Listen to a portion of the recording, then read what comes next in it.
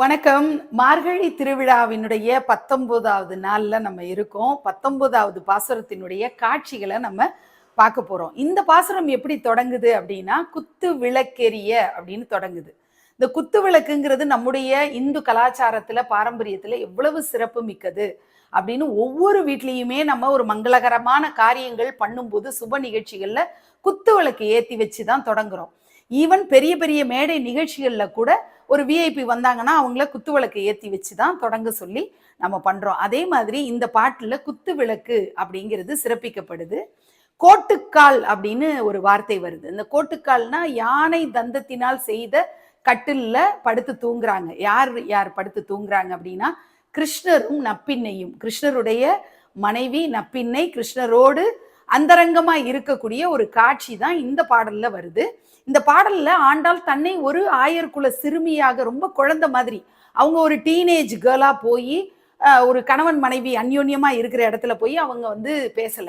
இந்த இடத்துல தன்னை எப்படி நினைச்சுக்கிறாங்கன்னா, தன்னை ஒரு சிறுமி மாதிரி அவங்க கற்பனை பண்ணிட்டு அங்க கிருஷ்ணர் இருக்கக்கூடிய வீட்டுக்குள்ள நுழைஞ்சு, கிருஷ்ணரை நீ எழுப்பி விடு, நீ இப்படி இருக்கலாமா, கிருஷ்ணர் உனக்கு மட்டுமா சொந்தம், இந்த அகிலத்துக்கே சொந்தமான பரம்பொருள் இல்லையா, உனக்கு அது தெரிய வேண்டாமா, நீ அன்னை போன்றவளாச்சே, நீ எழுப்பி விடு, உலக மக்கள்லாம் அவருக்காக காத்துட்டு இருக்கும்போது, அதுவும் ஆயர்குல சிறுமிகளா இருக்கக்கூடிய நாங்க அவருடைய திருமுகத்தை தரிசனம் பண்ணணும்னு வந்திருக்கோம், நீ இவ்வளோ நேரம் அவரை உன்னுடைய அணைப்பிலேயே வச்சிருக்கலாமா, இந்த அந்தரங்கத்தை விட்டு அவரை விடுபட வையே அப்படின்னு சொல்லி ஆண்டாள் சொல்ற மாதிரி இந்த பாசுரம் அமைது.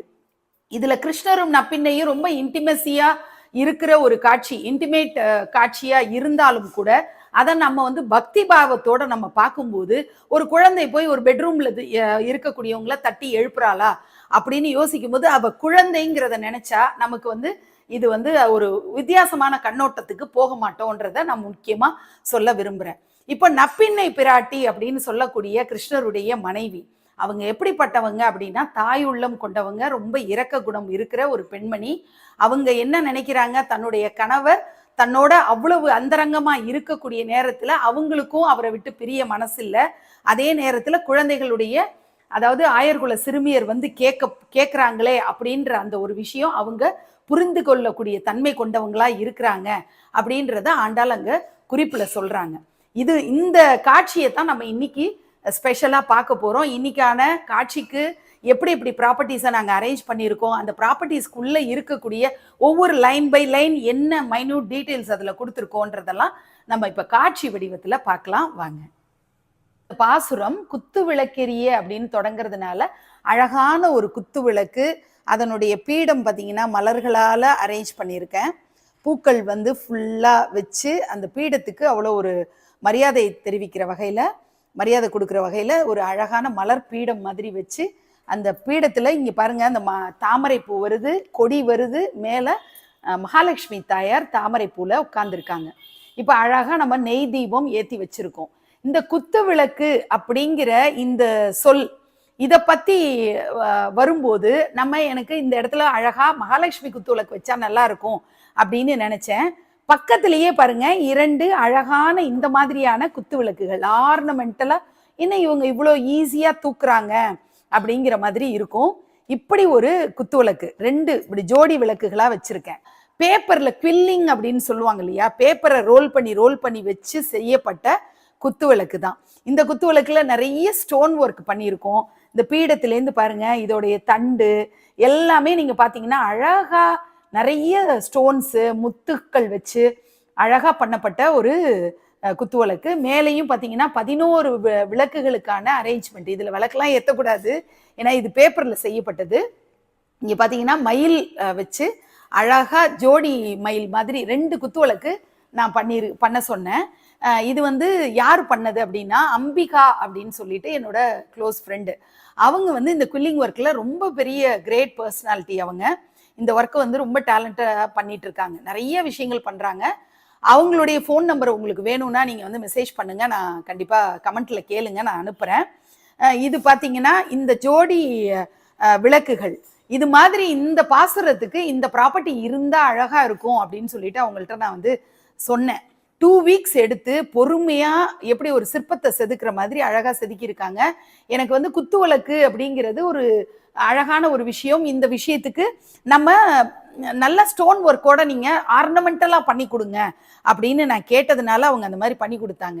இப்ப இதுல ஒரு சின்ன கதையை நான் வந்து சொல்ல விரும்புறேன். என்ன கதை அப்படின்னா, கிருஷ்ண பரமாத்மா என்ன பண்றாரு, துரியோதனனையும் யுதிஷ்டர்னு சொல்லக்கூடிய தர்மராஜாவையும் 2 பேரையும் கூப்பிட்டு அவர் என்ன சொல்றாரு, ஒரு ரூம்ல ஒரே ஒரு வஸ்துவை கொண்டு அந்த ரூமையே ஃபில் பண்ணும் அப்படின்னு சொல்றாரு. சரின்ட்டு 2 பேரும் இந்த காம்படிஷனுக்கு ஒத்துக்கிட்டு போறாங்க. துரியோதனன் என்ன பண்றான், வைக்கோல் முழுமையா கொண்டு போய் அந்த ரூம் ஃபுல்லா அடைச்சு யாருமே உள்ள நுழைய முடியாதபடி நல்ல கம்ப்ளீட்டா வைக்கோல்ங்கிற ஒரே ஒரு வஸ்துவை பயன்படுத்தி அந்த ரூம் ஃபுல்லா அடைச்சிடுறான். ஆனா தர்மராஜா யுதிஷ்டிரர் என்ன பண்றாருன்னா, ஒரே ஒரு குத்து விளக்க கொண்டு போய் அங்க வச்சு ஏத்தி வைக்கிறாரு. அந்த ரூம் ஃபுல்லா ஒளி பரவிடுது. அந்த ரூம்ல ஒரே ஒரு வஸ்துனால அந்த ரூமே முழுமையா நிறைவா வெளிச்சமாயிடுது. அப்படிங்கிறது தான் அந்த பிரெயின் வந்து அவர் எப்படி யூஸ் பண்றாரு அப்படிங்கிறது அவருடைய மதிநுட்பம் ஒரு பக்கம். ஆனா அந்த குத்து விளக்கு அவ்வளவு சிறப்பு வாய்ந்தது. எங்க வைக்கிறோமோ அந்த இடமே பிரகாசமா ஒளிமயமா ஆயிடுது அப்படிங்கிறத தான் அது காட்டுது. ஸோ இந்த பாசுரத்துல குத்து விளக்கு அப்படின்ற அந்த சொல்லுக்காக நாங்க இந்த ப்ராப்பர்ட்டிஸ் எல்லாம் வச்சு காட்டியிருக்கோம். மெயினா தாமரையில இருக்கிற இந்த தாமரை கொடி இலை இப்படி வர்றது நாங்க ஏன் பயன்படுத்தி இருக்கோம்னா, இங்க இந்த பாசுரத்துல மலர் மார்பா அப்படின்னு ஒரு சொல் வருது. அதனாலதான் அவருடைய, அதாவது கிருஷ்ண பரமாத்மாவினுடைய ஹிருதயத்துல யார் இருக்கான்னா மகாலட்சுமி இருக்காங்க. அவங்க தாமரை பூல அமர்ந்திருக்க கூடியவங்க. அதனால இந்த இடத்துல திருமகளை குறிக்கக்கூடிய தாமரையில நம்ம வந்து இந்த குத்து விளக்க வச்சிருக்கோம். இதுதான் வந்து குத்து விளக்கெரியன்ற இந்த சீன். அடுத்த காட்சி என்ன, இப்ப குத்து விளக்கெரிய கோட்டுக்கால் கட்டில் மேல் அப்படின்னு இந்த பாசுரம் வருது. இப்ப ஆண்டாள் பாக்குறீங்க. ஆண்டாள் தன்னுடைய தோழிகளோட நந்தகோபன் வீட்டு வாசல்ல இருந்துதான் அவங்க பேச ஆரம்பிக்கிறாங்க. இப்போ எல்லாரையும் வீட்டுக்குள்ள இருக்கக்கூடிய எல்லாரையும் எழுப்பிட்டு இருந்தவங்க நப்பின்னை பிராட்டியை எழுப்பணுங்கிறதுக்காக இங்க வந்து அவங்க பேச ஆரம்பிக்கிற மாதிரி காட்சிங்கிறதுனாலதான் நம்ம ஆண்டாளும் தோழிகளும் இங்க வச்சிருக்கோம். ஆண்டாள் நப்பின்னை பிராட்டிய தன்னுடைய தாய் மாதிரி நினைச்சு, உனக்கு மட்டும் சொந்தமானவன் இல்ல பரந்தாமன், நீ வந்து அவனை உன்னுடைய அந்த கட்டுக்குள்ள அந்த அணைப்புக்குள்ள வச்சிருக்க இல்லையா, உன்னுடைய மார்பகங்கள்லயே அவன் வந்து எப்போதும் இருக்கிற மாதிரி அந்த அணைப்புலயே வச்சிருக்கியே, அவனை நீ விடுவிச்சு விடணும் அப்படின்னு சொல்லி பரந்தாமனை வெளியில விடு அப்படின்னு கூப்பிடுற மாதிரி தான் இந்த பாசுரத்துல வருது. ஸோ இந்த அந்யோன்யமான காட்சிகளை விளக்குற விதமா இந்த இடத்துல கட்டில் மேல நப்பின்னையும் பரந்தாமனாகிய கிருஷ்ண பரமாத்மாவும் இருக்கிற மாதிரி ஒரு காட்சி அமைப்பு தான் இது. வந்து நம்மளால இந்த காட்சியை உருவாக்க முடியாததுனால நம்ம வந்து பிக்சரா இப்படி வச்சிருக்கோம். இதுதான் வந்து இந்த பிக்சரை நான் எங்க வைக்க போறேன்றதை காட்டுறேன். இப்போ நம்ம இந்த இடத்துக்கு வர்றோம். இந்த இடத்துல பாத்தீங்கன்னா இங்க வந்து ஒரு கட்டில் இருக்கு, நல்ல பஞ்சு மெத்தை மாதிரி இருக்கு. இங்க கொஞ்சம் சில பொருட்கள் வச்சிருக்கேன், அதை தான் நான் இப்ப எக்ஸ்பிளைன் பண்ண போறேன். இந்த பாசுரத்துல என்ன சொல்றாங்க அப்படின்னா, கோட்டுக்கால் கட்டில் அப்படின்னு ஒரு வார்த்தை வருது. கோட்டுக்கால் அப்படின்னா அந்த யானையோடைய தந்தம் இருக்கு இல்லையா, அந்த தந்தத்தை கொண்டு செய்யப்பட்ட 4 கால்களை கொண்ட உறுதியான கட்டில் அப்படிங்கிறது தான் அர்த்தம். இப்ப நம்ம வந்து யானை தந்தத்துக்கு போக முடியாது, நான் வெறும் கைத்து கட்டில் தான் போட்டு மேல வந்து நான் இத ஒரு பஞ்சு மெத்தை இருக்கு அப்படிங்கிறது. சரி, இந்த பஞ்சு மெத்தையில அவங்க சயனிச்சிருக்கிற மாதிரி இந்த இடத்துல கிருஷ்ண பரமாத்மாவும் நப்பின்னையும் இந்த கட்டில்ல இப்படி படுத்திருக்கிறாங்க அப்படிங்கிற மாதிரி நம்ம கற்பனை பண்ணிக்கணும்.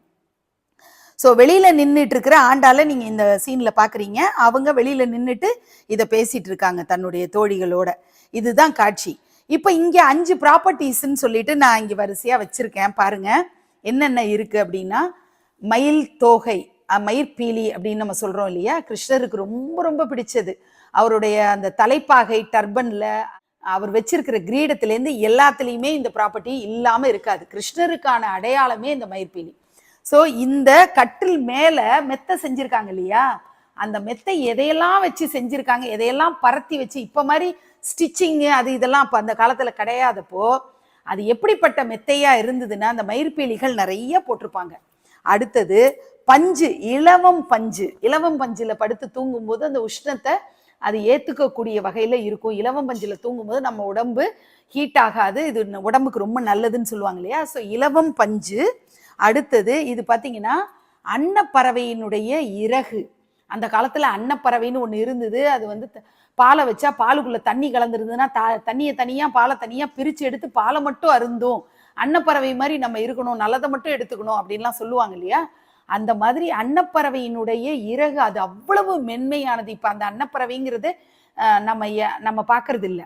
இப்ப எந்த பறவையோட அதை ஒப்பிட முடியும்ன்றதும் ஐடியா இல்லாம இருக்கு. அன்னப்பறவையினுடைய இறகு ரொம்ப ரொம்ப மென்மையானது. அது வந்து ஒரு ப்ராப்பர்ட்டி. அடுத்தது இது வந்து நான் அருகம்புல்லு தான் வச்சிருக்கேன். ஆனா கோரப்புல் விஷயம்தான் இந்த பாசுரத்துல சொல்லப்பட்டிருக்கு. ஆனா இந்த பாசுரத்துல நேரடியா கோரைப்புல், இந்த அதாவது அன்னத்தினுடைய இறகு, மயில்பீலி, பஞ்சு, மலர்கள், இதெல்லாம் 5 ப்ராப்பர்ட்டி நான் சொல்றேன் இல்லையா? இந்த 5 ப்ராப்பர்ட்டியும் நேரடியா சொல்லப்படலை. ஒரே ஒரு சொல்லுல இந்த 5 விஷயமும் உள்ள வந்துருது. என்ன அப்படின்னா பஞ்சசயனம் அப்படின்ற ஒரு சொல். பஞ்சம் அப்படின்னா 5 இல்லையா? பாஞ்ச் அப்படின்னா 5. ஸோ 5 விதமான பொருட்களை கொண்டு தயார் செய்யப்பட்ட கட்டில் மெத்தை. அந்த பஞ்சு மெத்தையில தான் கிருஷ்ணரும் நப்பின்னையும் இருக்காங்கன்றது தான் காட்சி. அதனாலதான் நம்ம இந்த இடத்துல 5 பொருள்களை நம்ம காட்டுறோம். இலவம் பஞ்சு, மலர்கள், இந்த இடத்துல கோரைப்புல், நான் அருகம்புல்ல வச்சிருக்கேன், கோரைப்புல், அன்னப்பறவையினுடைய இறகு, கிருஷ்ணருக்கு ரொம்ப பிரியமான மயிர்பீலி. ஓகேவா? இதுதான் வந்து இந்த காட்சி. இப்ப அவங்கள எழுப்புறதா ஆண்டாள் வந்து அவங்க நப்பின்னைட்ட கிருஷ்ணரை வெளியில விடு அப்படின்னு கேட்கிற மாதிரியும், அவர் வந்து தன்னுடைய மனைவியுடைய அன்பு கட்டுக்குள்ள இருக்கிற மாதிரியும் தான் இந்த காட்சி அமைஞ்சிருக்கு. இப்ப இதுக்கு அடுத்தது நம்ம இன்னைக்கான கோலத்தை பார்த்துடலாம். இன்னைக்கு பாருங்க, நான் வந்து மலர்கள் அப்படி ஒரு வளையம் மாதிரி வச்சு மலர்களை சுத்தி போட்டு நடுவுல ஒரு கோலம், அது பூக்கோலம் ஸ்டென்சில்ல வச்சிருக்கேன். இந்த பாடல்ல மலர் மார்பா அப்படிங்கிற ஒரு சொல்லுக்கு ஏற்பதான் இந்த கோலத்தை நான் காட்டியிருக்கேன். அதுல பூக்கள் மலர்ந்து இருக்கிற மாதிரி, மொட்டுகள் இருக்கிற மாதிரி, இலைகள் இருக்கிற மாதிரி இப்படிலாம் வர்றதுனால நான் இந்த மலர் மார்பான்ற அந்த சொல்லுக்கு இப்படி ஒரு கோலம் பொருத்தமா இருக்கும்ன்றதுனால அதை காட்டியிருக்கேன். மலர் மார்பா அப்படிங்கிற அந்த சொல்லுக்கே வர்றேன். மலர் அப்படின்னோடனே இங்கே தாமரையை குறிக்கக்கூடிய வகையில மலர் மார்பான்னா பெருமாளுடைய ஹிருதயத்துல இருக்கிறவங்க மகாலட்சுமி. ஸோ மகாலட்சுமி எங்க இருப்பாங்க? தாமரை பூல இருப்பாங்க. அதனால நான் இந்த இடத்துல தாமரையை வச்சு அந்த மலர் மார்பான்ற அந்த சொல்ல பலவிதமா காட்டுறதுக்கான ஒரு முயற்சி எடுத்திருக்கேன். இன்னைக்கான திவ்ய தேச பெருமாளை தரிசிக்கணும் அப்படின்னா நம்ம செங்கல்பட்டு போய் ஆகணும். நீங்கெல்லாம் எந்தெந்த ஊர்ல இருக்கீங்களோ வாங்க, நம்ம எல்லாருமா செங்கல்பட்டுக்கு போய் அங்க நித்திய கல்யாண பெருமாளை சேவிக்கலாம். சரி, ஒவ்வொரு நாளுமே திவ்ய தேச பெருமாள் எப்படி தேர்ந்தெடுக்கப்படுறாங்கன்றத நான் சொல்லிட்டே வர்றேன் திரும்ப திரும்ப. ஏதாவது ஒரு ஆழ்வாருடைய பாசுரத்துல அதோட க்ளூ இருக்கும் அப்படிங்கிற மாதிரி. இன்னைக்கு பாசுரம் இந்த குத்து விளக்கெரிய கோட்டுக்கால் கட்டில் மேல்னு தொடங்கக்கூடிய இந்த பாசுரத்துல மலர் மார்பான்னு ஒரு வார்த்தை வருது. அதுக்கு தான் நான் தாமரைப்பூ காட்டினேன். அதே மாதிரி கோலத்திலையும் எப்படி நான் மலர்கள் வச்சு காட்டியிருக்கேன் அப்படிங்கிறத சொல்லி மகாலட்சுமி தாயாரை பத்தி சொன்னேன் இல்லையா? அதனால இன்னைக்கு மலர் மார்பான்ற ஒரு க்ளூ தான். அந்த மலர் மார்பான்ற சொல்ல வந்து ஆண்டாலும் பயன்படுத்துறாங்க. திருமங்கையாழ்வார் தன்னுடைய திருமொழியில அதே சொல்ல மலர் மார்பான்ற சொல்ல பயன்படுத்துறாரு. மலர் மார்பான்னு சொல்றது பெருமாளுடைய இதயத்துல இருக்கக்கூடிய மகாலட்சுமியை கனெக்ட் பண்ணி சொல்றாங்க. அப்ப நித்திய கல்யாண பெருமாள் எப்படி இருப்பாருன்னா மகாலட்சுமியை சுமந்தபடி இருப்பாரு. அவர் வந்து அந்த அந்யோன்யம் நெருக்கம் இந்த பாசுரத்துல இடம்பெறுற மாதிரி தன்னுடைய மனைவியை அவர் கொண்டாடக்கூடிய வகையில தூக்கி சுமந்த கோலத்துல இருப்பாரு. அதனாலதான் இன்னைக்கு நம்ம எப்படி காட்சிப்படுத்தி இருக்கோம் அப்படின்னா, நம்ம முதல்ல திருமங்கை ஆழ்வாரை பார்க்கலாம். அவர் வந்து மங்கையோடு இருப்பாருன்னு நான் சொன்னேன் இல்லையா? ஆழ்வார்கள்ல தன்னுடைய மனைவியோடு இருக்கக்கூடிய ஆழ்வார்ன்ற ஒரு பெருமை திருமங்கை ஆழ்வாருக்கு உண்டு. அவர் வந்து பெருமாளுடைய வில் சொரூபமா இருக்கக்கூடியவர். இப்ப இந்த பக்கம் பாத்தீங்கன்னா நித்திய கல்யாண பெருமாள் எப்படி இருக்காரு பாருங்க. அவர் வந்து மனைவிய வராகர் தான், அவரு வராக சுரூபமா இருக்கக்கூடிய இந்த பெருமாள் மகாலட்சுமியை சுமந்தபடி இருக்காரு. பார்க்கும் போதே நமக்கு எப்படி தெரியுது? கணவன் மனைவியினுடைய அந்த நெருக்கம் அந்யோன்யத்தை புலப்படுத்துற வகையில இருக்கு. மகாலட்சுமியை அவர் கொண்டாடக்கூடிய வகையில, ஆராதிக்கக்கூடிய வகையில இருக்கிற பெருமாளா இருக்காரு. அந்த கோயில் தான் செங்கல்பட்டுல இருக்கக்கூடிய அந்த கோயிலுடைய முகப்பு தான் நான் இப்ப இங்க காட்டியிருக்கேன். ஸோ இதுதான் வந்து இன்னைக்கான திவ்ய தேச பெருமாள் உருவான ஒரு விஷயம். ஒவ்வொரு பாசுரத்தையுமே எவ்வளவு ஆய்வுக்கு உட்படுத்தி நம்முடைய பெரியவர்கள் அதுல இருந்து எந்த கோயிலை பத்தி ஆண்டாள் சொல்லி இருக்க கூடும் அப்படிங்கிற ஒரு கற்பனைக்கு போய் இதெல்லாம் உண்மையிலேயே ஆண்டாள் வந்து இதெல்லாம் மனசுல செங்கல்பட்டுக்கு வந்து டிராவல் பண்ணி, ஏன்னா மதுரை பக்கத்துல ஸ்ரீவில்லிபுத்தூர்ல பிறந்தவங்க ஆயர்பாடி கதைகளை கேட்டிருக்காங்க. ஆனா செங்கல்பட்டுக்கு பக்கத்துல நித்திய கல்யாண பெருமாளுடைய கதைகளையும் பெரியாழ்வார் மூலமா கேட்டிருப்பாங்க. அதை வச்சு அவங்க இந்த இடத்த பத்தி, இந்த பெருமாளை பத்தியும் அவங்க போற்றி சொல்லி இருக்கக்கூடும் அப்படிங்கிறது நம்முடைய பெரியவர்களுடைய ஒரு எண்ணமா இருக்கு. அப்படிதான் நினைக்கிறாங்களோ இல்ல நம்முடைய பெரியவர்கள் இந்த பாசுரத்துல மறைபொருளா இருக்கக்கூடியவர் நித்திய கல்யாண பெருமாள் அப்படின்னு. ஏன்னா பொதுவா நப்பின்னையும் கிருஷ்ணரும் அந்யோன்யத்துல இருக்காங்கன்னு நம்ம பேசுறோம். அப்ப கல்யாணம் ஆகணும்ன்றது பிரார்த்தனைக்காக நிறைய பேர் இந்த கோயிலுக்கு போவாங்க.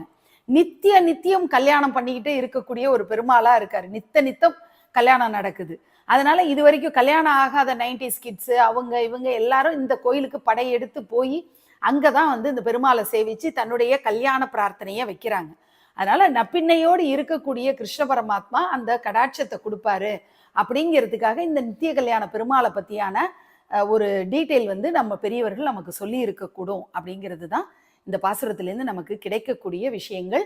இதை தொடர்ந்து பாசுரத்தினுடைய விளக்கம், அதுக்கப்புறம் திருவெம்பாவை பாசுரம் அதனுடைய விளக்கம்னு இந்த தொடர்ச்சியா நீங்க இந்த வீடியோவை பார்க்க போறீங்க. ஆண்டாள் அருளிய திருப்பாவை பாசுரம் 19. குத்து விளக்கெரிய கோட்டுக்கால் கட்டில் மேல் மெத்தென்ற பஞ்ச சயனத்தின் மேலேறி கொத்தலர் பூங்குழல் நப்பின்னை கொங்கை மேல் வைத்து கிடந்த மலர்மார்பா வாய்த்திரவாய் மைத்தடங்கண்ணினாய் நீயுன் மணாளனை எத்தனை போதும் துயிலெழ ஒட்டாய்கான் எத்தனை ஏலும் பிரிவாற்ற இல்லாயால் தத்துவமன்று தகவேலோர் எம்பாவாய். பொருள்: குத்து விளக்கெரிய யானை தந்தத்தால் ஆன கட்டில் மேல் விரிக்கப்பட்ட மிருதுவான பஞ்சு மெத்தையில் விரிந்த கொத்தாக பூசூடிய நப்பின்னையின் மார்பில் தலை வைத்து கண்மூடியிருக்கும் மலர் மாலை தரித்த கண்ணனே, நீ எங்களுடன் பேசுவாயாக. மை பூசிய கண்களை உடைய நப்பின்னையே, நீ உன் கணவனாகிய கண்ணனை எவ்வளவு நேரமானாலும் தூக்கத்தில் இருந்து எழுப்புவதில்லை. காரணம், கன நேரம் கூட அவனை பிரிந்திருக்கும் சக்தியை இழந்து விட்டாய். இப்படி செய்வது உன் சுபாவத்துக்கு தகுதியாகுமா? விளக்கம்: பஞ்சசயனம் என்பது அன்னத்தின் தூரிகை, இலவம் பஞ்சு, பூக்கள், கோரைப்புல், மயில் தூரிகை ஆகிய ஐவகை பொருட்களால் செய்யப்பட்ட மெத்தையில் தன் மனைவியின் மார்பின் மீது தலை வைத்து தூங்குகிறானாம் கண்ணன். எழுவானா? அவள்தான் எழ விடுவாளா? ஆனாலும் கண்ணன் ஓரக்கண்ணால் தன் பக்தைகளை பார்க்கிறானாம். நீ எங்களுடன் பேசு என்று பாவை பெண்கள் கோரிக்கை எழுப்ப, அவன் ஓரக்கண்களால் பார்த்து நீங்களே அவளிடம் சொல்லுங்கள் என்று தன் மனைவியை நோக்கி சைகை காட்டுகிறானாம். தாயே, நீயே எங்கள் கோரிக்கையை கவனிக்கவில்லையானால் அந்த மாயனிடம் யார் எடுத்துச் சொல்வார்கள்? அவன் உன் மார்பில் தலை வைத்து கிடக்கும் பாக்கியத்தை பெற்றவள் நீ. எங்களுக்கு அவன் வாயால் நன்றாயிருங்கள் என்று ஒரே ஒரு ஆசீர்வாதம் மட்டும் கிடைத்தால் போதும் என்கிறார்கள். மாணிக்கவாசகர் அருளிய திருவெம்பாவை பாசுரம் 19. உங்கையிற் பிள்ளை உனக்கே அடைக்கலமென்று அங்கு அப்பழஞ்சொற்புதுக்கு மெம் அச்சத்தால் எங்கள் பெருமான் உனக்கொன்று உரைப்போம் கேள். எம் கொங்கை நின் அன்பர் அல்லாதோர் தோள் சேரற்க எம் கை உனக்கல்லாது எப்பணியும் செய்யற்க கங்குள் பகலெங்கண் மற்றொன்றும் காணற்க இங்கு இப்பரிசே எமக்கு எம்கோன் நல்குதியேல் எங்கெழிலன் ஞாயிறு எமக்கேலோர் எம்பாவாய். பொருள்: உன்னிடம் கொடுக்கப்படும் என் மகள் உனக்கு மட்டுமே சொந்தமானவள் என்று ஒரு தந்தை தன் மகளை ஒருவனிடம் திருமணம் செய்து கொடுக்கும்போது சொல்லும் பழமொழி இருக்கிறது. அதன் காரணமாக எங்களை திருமணம் செய்வோர் எப்படி இருக்க வேண்டும் என்று உன்னிடம் கேட்கும் உரிமையுடன் விண்ணப்பிக்கிறோம். எங்களை தழுவுவோர் உன் பக்தர்களாக மட்டுமே இருக்க வேண்டும். எங்கள் கைகள் உனக்கு மட்டுமே பணி செய்வதற்கு அவர்கள் அனுமதிப்பவர்களாய் இருக்க வேண்டும். எங்கள் பார்வையில் உனக்கு பணி செய்பவர்கள் மட்டுமே தெரிய வேண்டும். பிற தீமைகள் எதுவும் பார்வையில் படவே கூடாது. இப்படி ஒரு பரிசை எம்பெருமானான நீ எங்களுக்கு தருவாயானால் சூரியன் எங்கே உதித்தால் எங்களுக்கென்ன? விளக்கம்: அக்காலத்தில் பெண்கள் எத்தகைய மணவாளன் தங்களுக்கு அமைய வேண்டும் என்று கேட்கும் உரிமை இருந்திருக்கிறது. அதனால்தான் ஒரு பக்தன் தங்களுக்கு கணவனாக வேண்டும் என்றார்கள்.